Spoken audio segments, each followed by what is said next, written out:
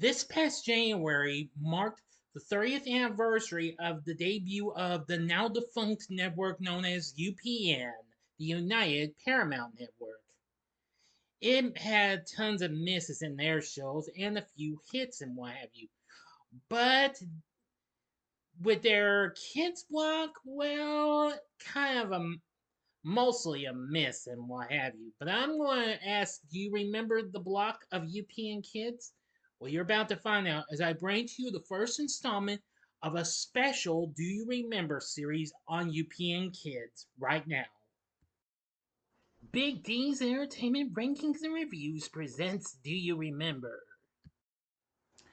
Greetings, my fellow YouTubers, and welcome again to Big D's Entertainment Rankings and Reviews. My name is Doyle, better known to as the Big D, and this is a special installment of Do You Remember? This is the first of a special multi-part event where I'm going to be talking about a kids block that might not be remembered much.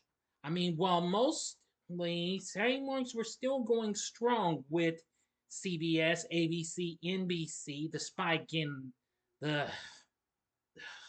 TNBC lab, and Fox Kids was doing pretty strong on Fox, but just 8 months after their debut, the network UPN actually got themselves a kids block. And well, I am asking you, do you remember their block of a that actually originally aired on Sunday mornings? Well, get ready because you're about to hear about it right now. UPN Kids. Yes, this was the block of children's programming that originally aired on the now defunct UPN network since its debut in 1995. This block originally started in the fall of 1995, 8 months after UPN's debut. It originally ran for 1 hour and then 2 hours. It only lasted for just 4 years, though. Now then, I am going to be talking about some of their shows. Most of them I will do in separate parts, but this is for their first year, and they only had a mere two shows in a 1 hour block. So anyway, I am going to say this is, but these are shows I wasn't completely familiar with. Maybe one of them I did see, but not both of them though. So let's get started with them, as these are two shows that were originally produced by Saban Entertainment, who were already well known on Fox Kids with Power Rangers, and in syndication with Sweet Valley High and VR Troopers, plus a few other shows. Here's the first one.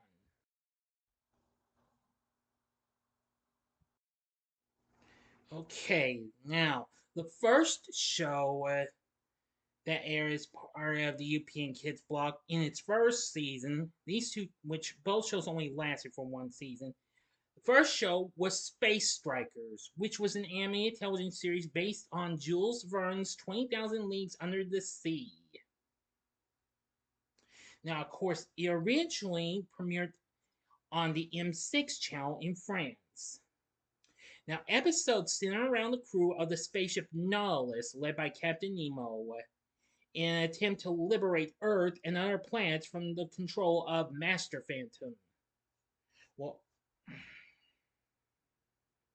yes, now it premiered in France first, then got to be shown on UPN in the US. Action sequences were shown in Striker Vision 3D. Now, unfortunately, I never got to see much of this show. Anyway, now, it has a single continuous plot running through all 12 of the episodes that were produced and aired. Well, maybe not 12 episodes, because there was more than just 12. Apologies. In the future, the universe is inhabited by humans and a variety of other spacefaring species. They are under threat from the mostly robotic armies of Master Phantom, a human cyborg who believes Captain Nemo left him for dead. Earth and multiple other planets have already been conquered at the start of the first episode. Members of various other species join the human crew of the Nautilus to fight back, including an anthropomorphic wolf, an anthropomorphic dolphin, a cubid-like creature, and a variety of robots. Now, due to their previous friendship and shared academy training, Captain Nemo and Master Phantom attempt to outwit each other is re- recurrent is the recurrent theme in the show. Excuse me, everyone. Now, the striker vision thing at various times in the episode, a small green icon appears in the corner of the screen to alert the viewer to put on 3D glasses. Early 3D sequences typically feature repeated background and foreground images moving in opposite directions over the characters or ships on the screen, giving the illusion of rotation or movement. Later instances of 3D imagery often show spaceships flying past the screen, made possible by the show's use of 3D computer graphics for many of its spacecraft. Now, the show only had one season, and yeah, I did say 13, but well, there might have been more that were, yeah, because only the first season of 13 episodes were only shown in the US. Now, there were 13 other episodes, but unfortunately, I think they were shown in France, but my source does not tell me that. I humbly apologize for that. The show ended in the US on December 3rd of 1995, but it still continued in reruns. Shuki Levy co-composed the series, along with the addition of Ron Wasserman composing original music for the series. Now, of course, Levy, who of course also worked with Haim Saban, recycled some. Well, on most of Saban's series, the series recycles some of the music from the series Starcom, the U.S. Space Force, which was originally a Deke-produced series that aired in 1987, which unfortunately I never saw this, so. And he would later reuse that for the English dub version of season 1 of Digimon Adventure later on. The series had a voice acting cast where we have Jimmy Flinders do the voice of Captain Nemo, and there were many others: Norman Blackmore, Les Doolin, Orville Ketchum, Reed Waxman, and others. Anyway, now as I've said, I've never actually seen Space Strikers before. I might have seen previews of it though. Anyway, the show can be pretty tough to find though, but I'm checking through. You can find episodes on YouTube, but unfortunately in two separate vids from long ago. So you may have a good chance of seeing this. If anybody else has the episodes in a full vid, good. But if not, then you'll have to just watch them in two parts. Well, in other words, two separate videos, that is. Now then, let me go ahead and show off a little shot here. I'm sorry there's going to be some layers on here, but I'm going to give you a better look at the main group and what have you. Now here's a promo poster for the actual series. Just so I give you a good look. Just turn around so, because the screen's bright and all. I apologize for that. But anyway, Space Strikers looks like a pretty good series, but as I've said already, I have never recalled seeing this.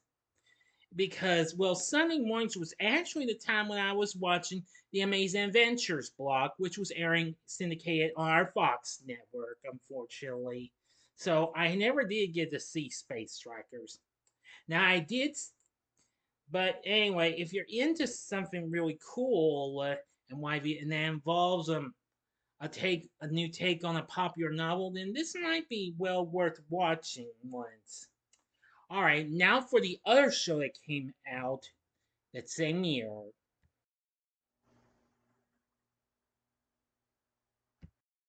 Sorry, I couldn't find a picture with the showing of the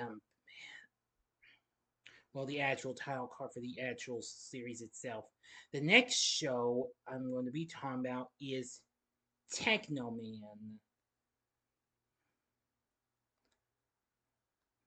Now, originally, this series started out in its original run in February of 1992, going to February 1993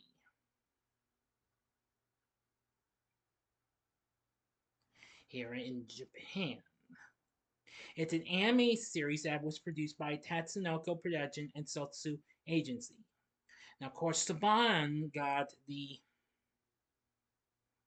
rights to it for North America.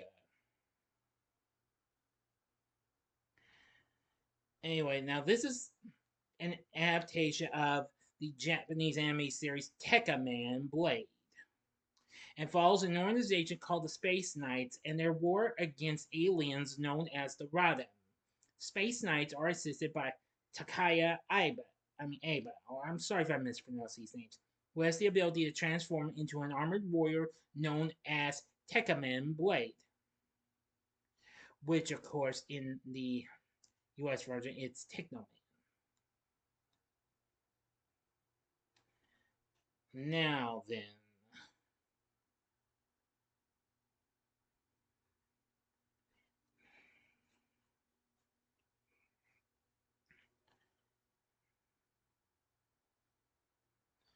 now this series had different types of characters and what have you. In the United Earth Year 192, Earth is under attack from an alien race known as the Radam, which consists of bug-like monsters and armored warriors known as Tekkamen. The Ram spaceship lies dormant on the dark side of the moon, where the Ram wait for it to be repaired. Fighting against them is a special defense force called the Space Knights. The group consists of Heinrich von Freeman, the group's commander, Noel Verus, the pilot of the Space Knights ship Blue Earth, Aki Kurosaki, the Blue Earth's navigator, Millie, the communications operator, Levin, a computer mechanic, and Honda, the group's mechanic. Now, that's of course understandable for these, but this is a whole lot of stuff to explain and what have you. But I think I better just go ahead and give it to you anyway. Here's more. I'm sorry. I just need to try and get through with this. Before the start of the Ram invasion, the exploration ship Argos discovered the dormant Ram spaceship in the outer rings of Saturn. While exploring the ship, the crew were captured by pods and converted to Tekkamen.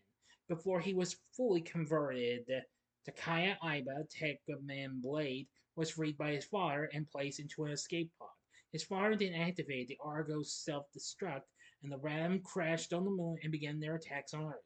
After spending 6 months drifting toward Earth, Blade bursts free from his escape pod and attacks the Ram forces, entering into a fight with Tekkaman Dagger, aka Fritz von Braun.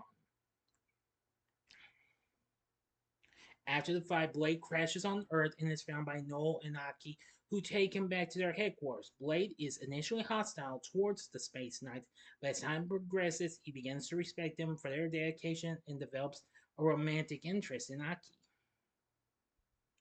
So that's most of the story I want to give to you, excuse me. But now I've only seen a little bit of this series and what have you. There was an overall total of 50 episodes that were originally produced. The American broadcast version, when it came to UPN, was heavily cut compared to this and shortened from 50 episodes to 43. Saban's dub also aired on Australia's Network 10.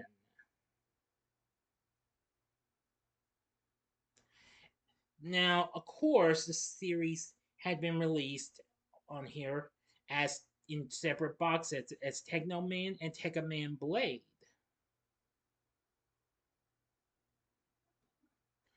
Anyway, but now the Saban's dub of the series featured a new theme song and background score by Shuki Levy and Ron Wasserman, who of course also worked on Saban's take of Dragon Ball Z, as well as for their big hits X-Men and Mighty Morphin Power Rangers.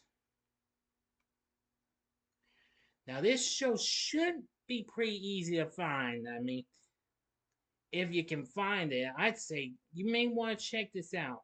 Now, I'm sorry I can't find the voices and what have you, so my apologies for not trying to find the English dub voice actors and what have you. But Technoman, I have seen maybe an episode or two. It's pretty good and what have you. Hang on, please stand by. Okay, now here's what I found. Okay, for Technoman Blade, his name was, who in the English dub is named Nick Carter. He is voiced by Bob Bergen, who was also well known for doing Looney Tunes characters. I think right about this time, he also later went on to host the short-lived Jeopardy for Kids series Jep. For other characters, we have several others, but most of them I'm afraid I'm not too familiar with, except for one of them, and that is the character of Star Summers, who was voiced by Barbara Goodson. Sorry for the noise in the background. Yes, Barbara Goodson, who most of y'all already knew, voiced Rhea Repulsa on Power Rangers. She would go on. She had also done some other shows for Saban as well, including Saban's Adventures of Oliver Twist, which were debuted the following year. So if you're into some pretty cool action-packed stuff in anime, then I'd say Technoman would be worth looking into. Now, now I am trying to get through my sources here and stand by. Okay, yes, you can find the UPN dub of Teknoman here on YouTube, so you gotta get a chance to find it there. But anyway, these shows didn't last that long, so now you know about the first year of UPN Kids. These shows didn't last long, and that was the end of the first year of UPN Kids. However, things would look better for its second year, which I'll start in 1 week with the animated series of Jumanji. That's going to do it for this episode. The first half of this Do You Remember special. So, did you ever see Space Strikers or Teknoman, or or did you see both of them? Let me know in the comment section below. If you like this video, click the like button, subscribe, and be a part of the Big D Nation. Continue to help support my channel, make it grow and make the views grow. Tell all your friends about my channel, get them to know me, may they like to be a part of my Big D Nation. Share my vids with your friends if you like, and what have you. And next time, I will be bringing you a review of the film from last year, directed by Zoe Kravitz, Don't Blink. So if you like this, check out the TV logs I did for two of Saban's big hit shows that were out at the time. The upper left-hand corner is the episode on Mighty Morphin Power Rangers. The upper right-hand corner is the episode on VR Troopers. Or go to the bottom left-hand corner and see the TV log I did for the X-Men animated series that was on at the time. And the bottom right-hand corner is the button you can click to subscribe. If you like rankings and reviews on movies, TV, music, video games, etc., then I'm your guy. Thanks for watching. Until next time, I'm the Big D saying, see ya.